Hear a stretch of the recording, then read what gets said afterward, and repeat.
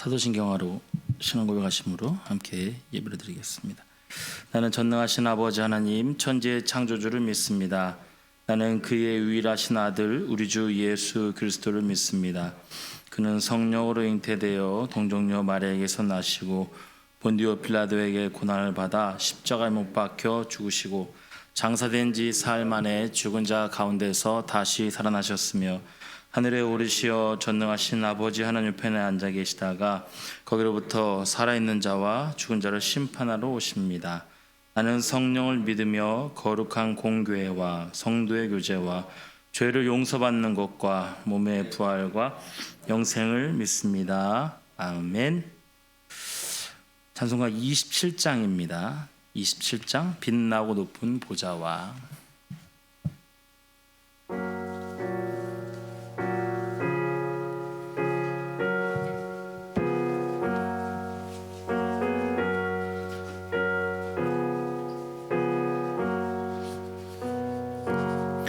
빛나고 높은 보좌와 하늘에 앉으신 주 예수 얼굴 영광이 해같이 빛나네. 해같이 빛나네. 지극히 높은 위엄과 한없는 자비를 무천사 소리 합하여 늘 찬송 드리네. 늘 찬송 드리네. 영죽을 나를 살리려 그 영광 떠나서 그 부끄러운 십자가 날 위해 지셨네. 날 위해 지셨네. 나 이제 생명 있음은 주님의 은혜요. 저 사망 권세 이기니 큰 기쁨 넘치네.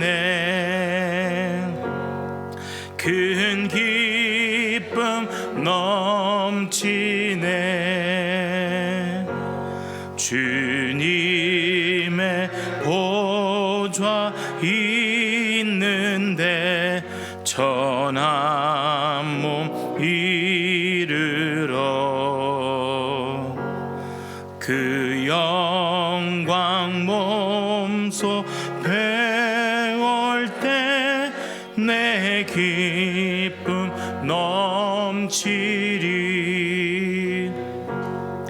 내 기쁨 넘치리. 아멘. 하나님의 말씀 히브리서입니다. 8장 1절에서 13절까지의 말씀. 히브리서 8장 1절에서 13절까지의 말씀.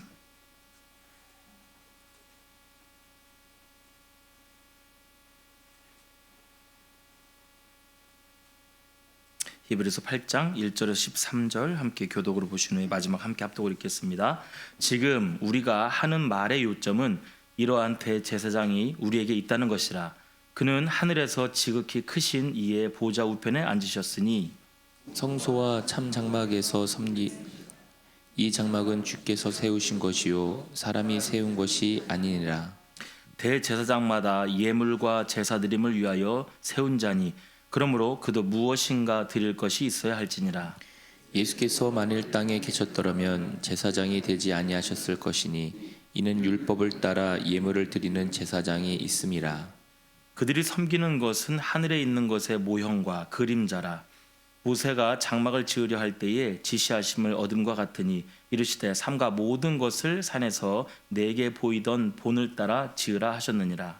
그러나 이제 그는 더 아름다운 직분을 얻으셨으니 그는 더 좋은 약속으로 세우신 더 좋은 언약의 중보자시라. 저 첫 언약이 무음하였더라면 둘째 것을 요구할 일이 없었으려니와. 그들의 잘못을 지적하여 말씀하시되 주께서 이르시되 볼지어다 날이 이르리니 내가 이스라엘 집과 유다 집과 더불어 새 언약을 맺으리라. 또 주께서 이르시기를 이 언약은 내가 그들의 열조의 손을 잡고 애굽 땅에서 인도하여 내던 날에 그들과 맺은 언약과 같지 아니하도다. 그들은 내 언약 안에 머물러 있지 아니하므로 내가 그들을 돌보지 아니하였노라. 또 주께서 이르시되 그날 후에 내가 이스라엘 집과 맺을 언약은 이것이니 내 법을 그들의 생각에 두고 그들의 마음에 이것을 기록하리라. 나는 그들에게 하나님이 되고 그들은 내게 백성이 되리라. 또 각각 자기 나라 사람과 각각 자기 형제를 가르쳐 이르기를 주를 알라 하지 아니할 것은 그들이 작은 자로부터 큰 자까지 다 나를 알미라. 내가 그들의 불의를 긍휼히 여기고 그들의 죄를 다시 기억하지 아니하리라 하셨느니라. 함께 읽겠습니다. 새 언약이라 말씀하셨음에 첫 것은 낡아지게 하신 것이니 낡아지고 쇠하는 것은 없어져 가는 것이 아니라. 아멘. 기도하겠습니다. 사랑의 아버지 하나님 감사합니다. 오늘도 새벽 깨어서 주 앞에 나와 예배하게 해 주시고 주님 앞에 기도하면서 우리의 첫 호흡을 드릴 수 있도록 인도해 주심을 참으로 감사합니다.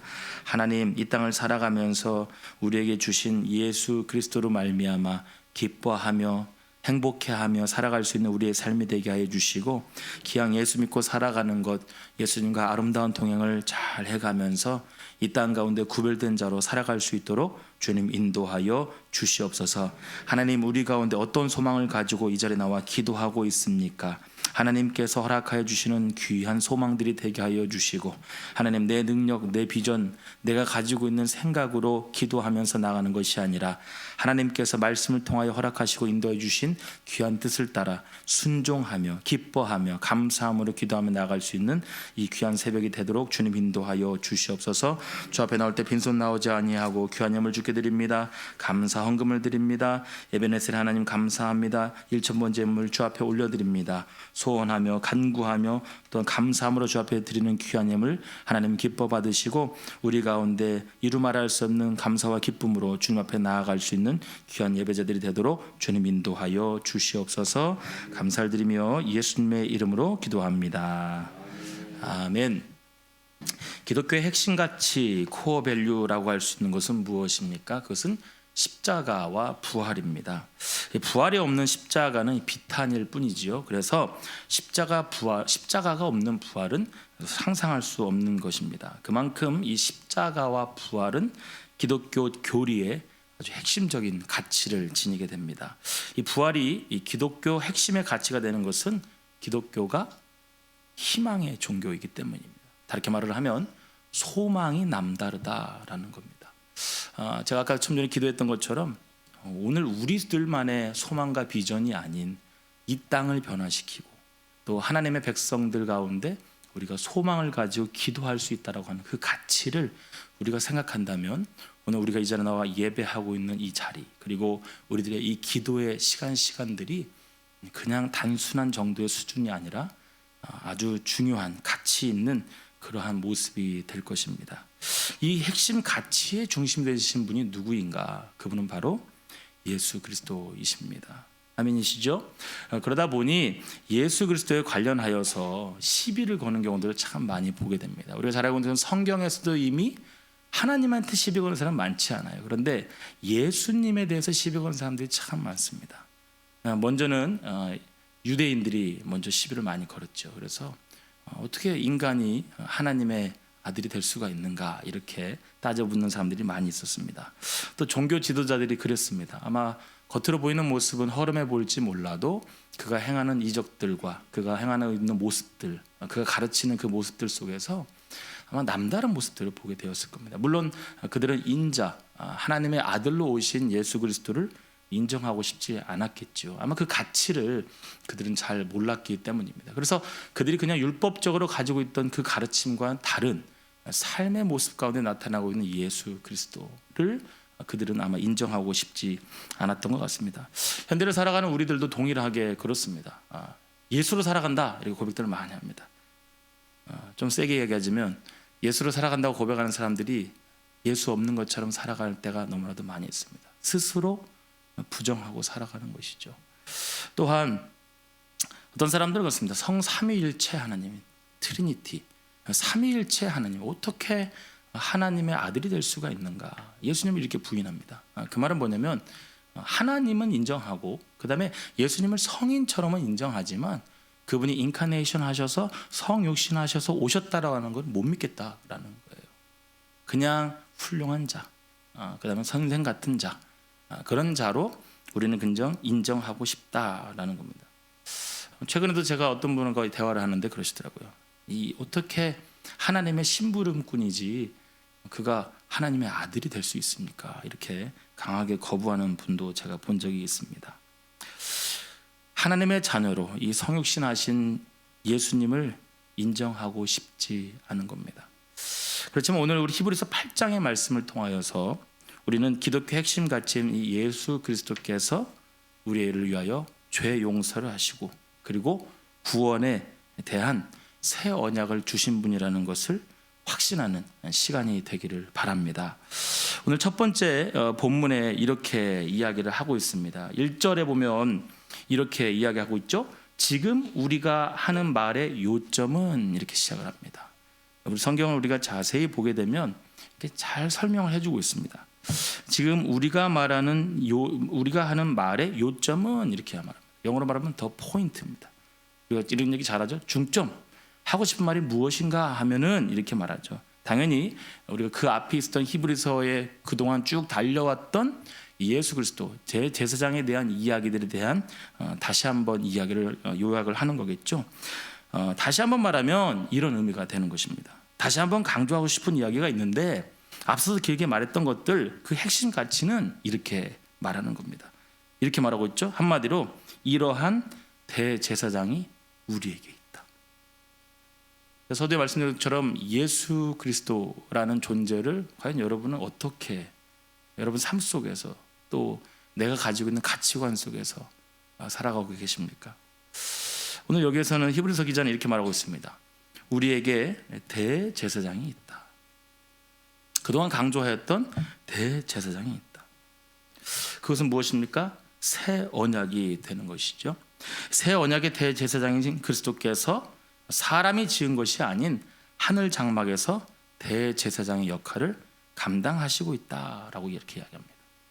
그리고 그 장막은 주께서 친히 세우셨다 이렇게 이야기합니다. 히브리서 기자는 오늘 하늘 장막과 땅의 장막, 하늘의 실체와 이 땅의 모형에 관한 대조의 비유를 통하여서 옛 언약보다 더 좋은 본질적으로 새로운 언약의 중보자로 예수님이 오셨다라는 것을 강조하고 있습니다. 아멘. 오늘 여러분 가운데 이 자리에 나와 예배할 수 있는 대제사장으로서 예수님께서 중보자로 이 땅 가운데 오셨다라는 겁니다.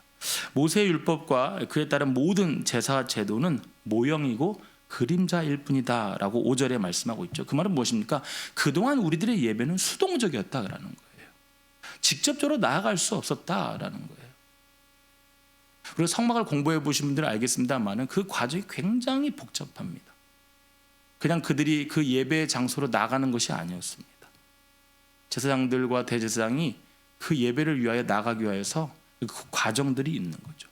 죄를 씻습니다. 각을 뜹니다. 피를 뿌립니다. 손을 씻습니다. 그리고 떡을 먹습니다. 그리고 보좌로 나아가 그들이 갑니다. 그리고 또 한 단계 간을 또 넘어갑니다. 그리고 그곳에 가서 진실되게 기도합니다. 그들은 방울을 달고 들어갑니다. 근데 그 방울이 움직이면 여전히 살아서 하나님이 그 기도에 예배에 응답을 하신 거지만 그 방울소리가 멈추면 그 자리에서 즉사한 겁니다. 구약의 시대는 예배로 나아가기가 참 쉽지 않았어요. 그 예배 한번 드리기 위해서 직접 나아가지도 못하고 대제사장을 통하여서 1년에 한 번, 또 그들이 예배를 하기 위해서 그 과정들이 얼마나 복잡했는지 우리가 알 수 없을 정도로 힘들었다라는 것을 우리가 보게 됩니다. 그 말은 예배하고 싶어도 예배할 수 없는 수동적인 형태의 모습들이었다. 그리고 그 율법과 제사제도는 모형이고 그림자였을 뿐이다. 그런데 6절에 이렇게 말씀하고 있습니다. 본체와 실제이신 그리스도께서 더 좋은 새 언약의 중보자로 우리 가운데 오셨다. 오늘 특별히 6절의 말씀을 우리가 한번 밑줄을 그어가면서 한번 주목해 보기 원하는데요. 6절에 이렇게 말하고 있습니다. 그러나 이제 그는 말하고 있습니다. 그러나 이제 그는, 그가 누구일까요? 여러분 잘 알고 것처럼 예수님. 그런데 그 예수님이 어떤 분인가? 라고 오늘 세 가지로 이야기를 하고 있습니다. 뭐라고 말하고 있죠? 더 아름다운 직분. 첫 번째로 더 아름다운 직분. 무엇을 위한 직분입니까? 바로 죄 용서를 위한 아름다운 직분. 더 아름답다. 더 아름답다는 무엇입니까? 비교할 수 없다. 비교 불가다. 그 말입니다. 예수님의 이 직분은 죄 용서를 위해서 그 어떤 것과도 비교할 수 없는 비교 불가의 직분이다라는 겁니다. 누가 그것을 대체할까라는 것이죠. 두 번째, 뭐라고 말하고 있습니까? 그는 더 좋은 약속. 무엇을 위한 약속입니까? 역시 죄 용서함을 위한 약속. 역시 더 좋다. 비교 불가하다. 예수님께서 죄 용서함을 위하여서 가장 좋은 약속으로 우리에게 오셨다라는 겁니다. 마지막 뭐라고 말하고 있습니까? 더 좋은 언약의 중보자시다. 우리가 하나님과 약속을 할 때에 그 다리의 역할, 중간에서 가교 역할을 해주는 그런 역할을 하는 분이 예수님입니다. 우리가 예수님을 통하여 기도하지 않습니까? 우리가 예수님을 통하여 주님을 만나지 않습니까? 우리가 예수님을 통하여 하나님을 만나지 않습니까? 그래서 우리 그렇게 기도하지 않습니까? 예수님의 이름으로 기도합니다. 그 어떤 것도 비교할 수 없는 비교 불가의 기도의 중보자. 바로 그 다리와 같은 역할을 하는 보증수표와 같은 분 예수님이시다라는 겁니다. 우리가 그 무엇과도 비교할 수 없다라는 것이 무엇이죠? 유일하시다라는 겁니다. 여러분, 우리가 우리의 죄 사함을, 죄 용서함을 줄 수 있는 분들은 비교할 수 없다라는 것은 대체할 자가 없다라는 거예요. 예수님만이 가능하시다. 그리고 그 약속을 해줄 수 있는 분은 누구입니까? 예수님만이 가능하시다. 그리고 지금 우리가 기도하며 나아갈 수 있는 분은 누구? 예수님만이 중보자가 되어주신다. 오늘 6절에서 비교 불가라고 하는 것은 무엇입니까? 오직 한 분뿐이다. 그 가치를 오늘 히브리 기자는 말씀하고 있는 것이죠. 여기서 우리가 중요한 것은 무엇입니까? 예수님은 죄 용서를 위한 비교 불가한 약속이시다라는 겁니다. 아멘. 오늘 우리가 이 말씀을 깊이 생각하셨으면 좋겠어요. 그리고 여러분의 삶 속에서 예수를 깊이 생각할 수 있는 방법은 무엇입니까? 오늘 이 히브리 기자의 약속의 말씀을 우리가 늘 기억하며 신앙생활을 하기 바랍니다. 인간의 죄를 무엇으로 사함받을 수 있을까요? 행위입니까? 아닙니다. 돈입니까? 아닙니다. 지식일까요? 아니죠. 그럼 우리의 공로일까요? 그렇지 않습니다. 아니면 헌신일까요? 그렇지 않죠. 비교 불가한 하나님이 인정하시는 유일한 보증수표와 같은 그 약속, 바로 그 예수님을 우리가 믿는 것이지요. 이 히브리서에서는 이 복음 중에 복음, 비교 불가한 약속 중에 약속, 예수님을 이야기하고 있습니다. 그리고 흔들리지 않기 바랍니다. 속지 말기 바랍니다. 이 고백이 오늘 여러분의 기쁨이고 감사이고 찬양이 되기를 바랍니다. 그 이후에 7절부터 히브리서 기자는 새 언약의 필요성을 옛 언약의 흠결을 들어서 설명을 하고 있습니다. 이는 옛 언약인 즉 모세를 통하여 주셨던 율법과 계명이 잘못되었다는 뜻이 아니지요. 약속을 지켜지지 않으면 효력이 상실되는 것이라는 이 사실을 이야기하면서 이스라엘 백성들이 언약 안에 머물러 있지 않는 것이 원인이다 라고 이렇게 이야기를 합니다. 그리고 8절에 이에 자비로우신 하나님은 소망 없는 이스라엘 백성에게 새 언약을 약속하셨다라고 이야기를 한 것입니다. 이는 하나님의 법을 그들의 마음과 생각에 직접 기록하시겠다라는 것이지요. 그리고 하나님의 백성으로 삼아 영원히 그들의 하나님이 되시겠다라는 것을 우리에게 말씀하고 있는 것입니다. 이것은 옛 언약, 즉 모세의 언약과 큰 차이를 보이면서 새로운 언약으로서 우리에게 나타나고 있는 것이죠. 아까 저도 말씀드린 것처럼 우리가 깊이 주님을 알고 주의 뜻 가운데 나아갈 필요가 있다라는 것이죠. 이 모든 것들이 오늘 이 새 언약을 통하여서 우리의 가장 비교 불가한 예수님을 통하여서 일어나게 될 것이라는 것을 우리에게 말씀하고 있습니다. 우리는 지금 새 언약의 시대를 살아가고 있습니다. 그리고 새 언약을 통하여서 이전 세대는 꿈꾸지 못했던 놀라운 은혜를 지금 누리고 있는 것입니다. 날마다 우리가 이것을 기억해야 합니다. 그리고 하나님을 아는 온전한 지식으로 날마다 새로운 출발들이 되어야 할 줄을 믿습니다.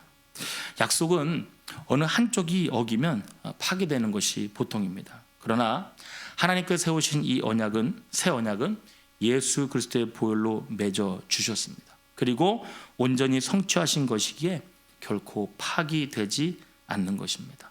이렇듯 새 언약이 완전하기에 우리의 속죄와 구원도 완전한 줄을 믿습니다. 오늘 예수 그리스도의 대속의 은혜로 새 언약 백성된 자로서 그 은혜 가운데 날마다 새로운 삶을 살아가는 여러분이 되었으면 좋겠습니다. 저는 제가 어저께 저녁까지 월요일부터 담임 목사님께서 좋은 곳에 또 보내주셔서 중보기도학교 세미나라는 곳에 다녀왔습니다. 그 어느 때보다도 저에게는 사실 다른 수련회 가면 좀 빨리 집에 가고 싶기도 하고 집이 좋잖아요. 그래서 막 집에 가고 싶을 때가 대부분이었는데, 물론 제 아내와 아이들이 보고 싶어서 오고 싶긴 했지만 그 어느 때보다도 기쁨이 있었습니다. 어떤 지식적인 기도를 배운다, 아니면 중보기도가 무엇인지 배운다, 뭐 이런 시간들도 있었습니다만은 하나님께서 이번 2박 3일 동안 부어주신 은혜를 이야기하자면 하나님께서 우리로 하여금 말씀으로 명확하게 이야기하고 있다라는, 우리가 그것을 의지하고 나아가면 된다라는. 그 세미나를 진행하시는 목사님께서 했던 여러 가지 좋은 말씀들이 있었습니다만은 딱 한 가지를 더 기억하고 적용하고 싶은 게 있습니다. 기도하는 사람은 말씀을 신뢰한다라는. 말씀을 신뢰하는 사람은 기도하게 된다라는. 오늘 여러분이 히브리서 기자의 이 말씀을 한 묵상으로 지나가지 않았으면 좋겠습니다. 오늘 한 순간순간 여러분에게 주시는, 여러분에게 보여주시는 이 말씀, 하나님의 말씀, 이것을 여러분 하나님의 약속으로 기억하기를 바랍니다. 그리고 그것이 여러분에게 신뢰가 되기를 바랍니다. 하나님을 신뢰할 때 기도할 수 있습니다. 기도하는 사람은 하나님의 말씀 한 말씀 한 말씀이 다 믿어지는 겁니다. 그것이 기도하는 사람의 모습이 됩니다. 오늘 제가 서두에 여러분과 함께 이렇게 이야기했습니다. 예수 그리스도로 살아가는 사람. 수많은 사람들이 말씀을 받고 말씀을 보고 묵상하고 살아가고 있습니다만은, 부르짖어 기도하고 있습니다만은 정말로 그 말씀이 믿어지는 마음으로 우리가 묵상을 하는, 그 말씀이 실제가 되어서 중보자이신 예수 그리스도를 통하여 우리가 기도하고 있는가? 과연 내 삶에 그러한 새 언약의 예배자로 살아가고 있는가? 오늘 우리 스스로에게 한번 물어보시면서 오늘 내가 드려지는 이 예배, 나의 신앙의 이 모습이 과연 오늘 히브리서 기자가 8장에서 말씀하셨던 예수 그리스도로 말미암아 살아가고 있는 모습인가를 다시 한번 깊이 묵상하시면서 오늘 그런 마음으로 이 자리에서 기도하시고 그런 마음으로 이 땅 가운데 주님의 사람으로 살아내는 귀한 여러분이 되셨으면 좋겠습니다. 기도하겠습니다.